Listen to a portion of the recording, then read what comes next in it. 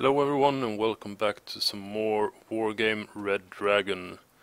This time I won't be playing. I haven't played since, well, I believe it was the end of June or something like that. I've been working all summer, so I haven't had the time. So I saw that there was a new patch and some DLC that was released just about a week ago on the 2nd of September. So I figured I needed to go through the units just so I knew the patch notes for myself, so I figured I might as well make a video about it. So the big thing was the solo campaign called the Second Korean War, and I haven't tried it out. I'll see, maybe I'll do like let's play series or something like that and play through it. I don't know. Single player really doesn't interest me that much, but time will tell. And now on to the more interesting things.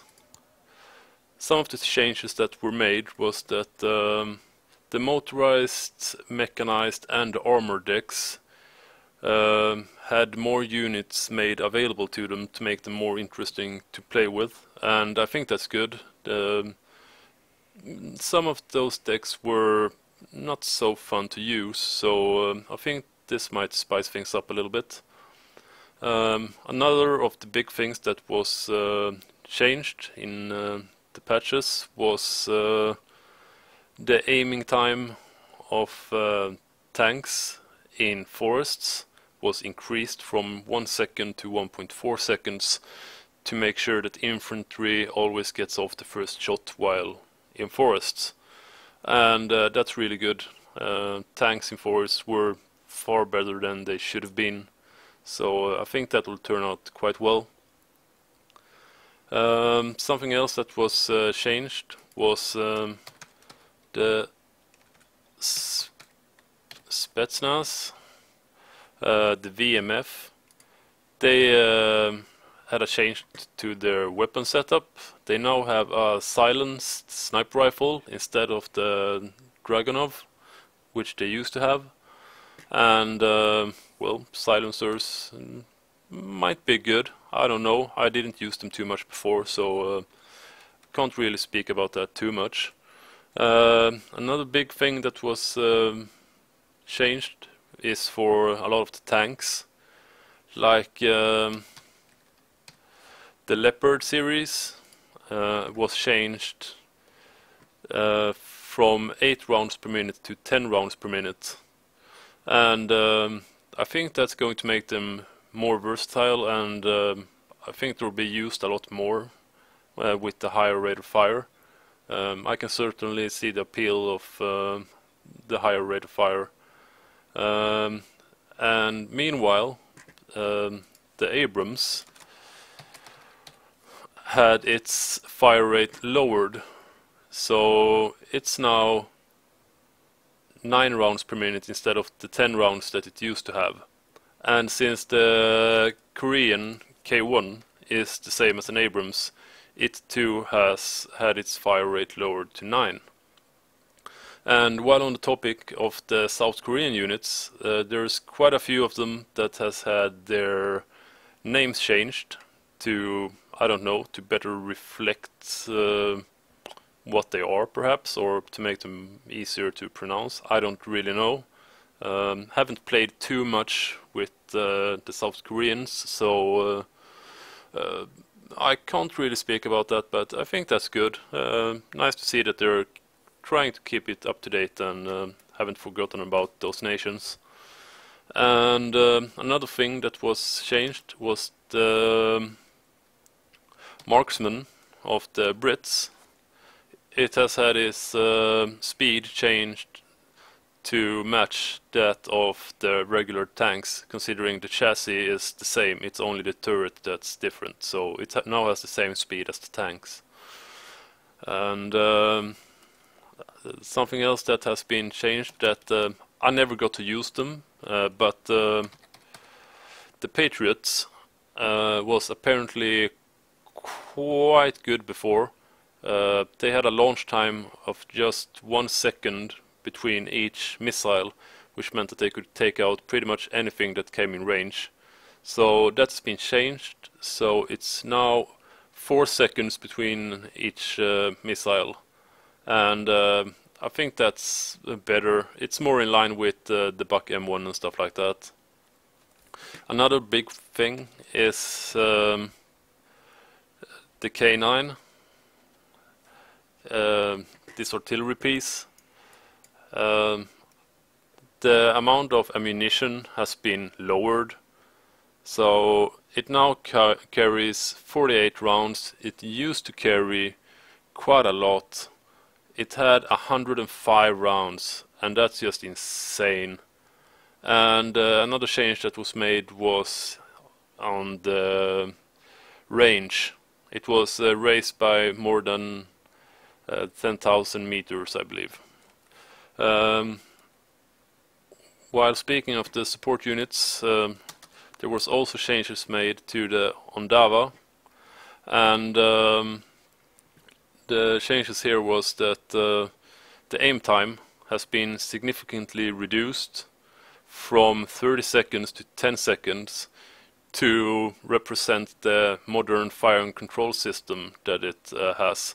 It is, after all, a unit from 1991, so 30 seconds seems quite long, so I could certainly agree with that change. And the availability of the unit was also changed, so it's now 2 units and not 3 units. And considering the range, the dispersion and all of that, I think that was a good change. Moving on, another change that has been made is the change, or the price is what I was meaning to say, of the BTR, let's see, 80 I believe it was. Yeah, it used to be 20 points, it's now 15. I think that's really good. The BTRs are quite versatile vehicles, and lowering the price of them is nice. I like it. It's not too much. I think it's really good. Another thing that was changed is the Afghansky. It has had its ammunition cut in half. It used to be 4,000 rounds, it's now 2,000, and I think that's quite good. I believe this is in the vehicle tab, so if it had been an AA unit, I think 4,000 might have been good, but as a vehicle unit, I think 2,000 is just fine. And there was also some other change made to it. What was that? Oh yeah, the aim time has been raised to 1.4 seconds instead of 1 second. So it's 0.4 seconds slower to aim now. And moving on, when it comes to the Longbow, there's been some changes made as well. And the big thing here is that it is now able to fire in salvos of 2 with 4 seconds between each salvo. So I haven't seen this unit being deployed and using that, but as far as I can understand, that means it's going to fire 2 Hellfires on each target, which means with an accuracy of 70%, at least one of them is going to hit, most likely, and if both hit, that's more or less an instant kill. So this is going to be a really nasty unit to come up against when you're using tanks and stuff. And another thing that has been changed is the Nighthawk, and it now has 2 Payway 3 bombs. I'm not sure about the stats of this bomb compared to when it had only 1, but if it's the same as the old bomb was, just that it now has double the amount, then the Nighthawk is going to be a beast once again. It does have the lack of ECM, which is kinda crap, but it's quite fun to use, sneaking it in and bombing stuff, and they don't even notice where it came from. So I can certainly see the appeal of that. And last but not least, there is the almighty A10 Thunderbolt. There was a change made to the ECM. It has been raised from 10% to 20%. And considering the survivability of the A10 and how it used to be, and now the ECM has been raised even more, I think this could be a real beast and be even worse to face on the battlefield right now.